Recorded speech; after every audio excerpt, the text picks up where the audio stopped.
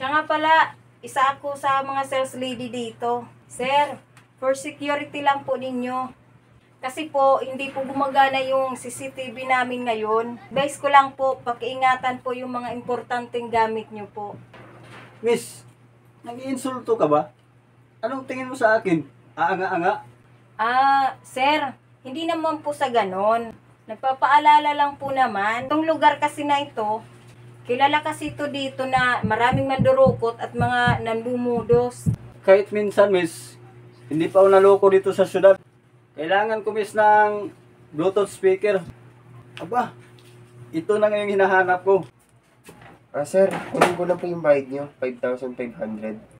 Ito, 6,000 yan. Bali, sa cashier ko na lang kunin yung sukli, ha. Sir, kung okay lang po sa inyo, itong display unit na lang po. Sige na nga, nakakainis naman kayo. Kunin ko na nga ito. Saglit lang po, sir. Hindi pa kayo nagbabayad. Miss, anong hindi pa nagbayad?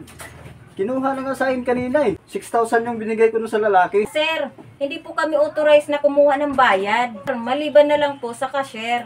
Sino yung lumapit sa akin? Tapos hiningi yung bayad.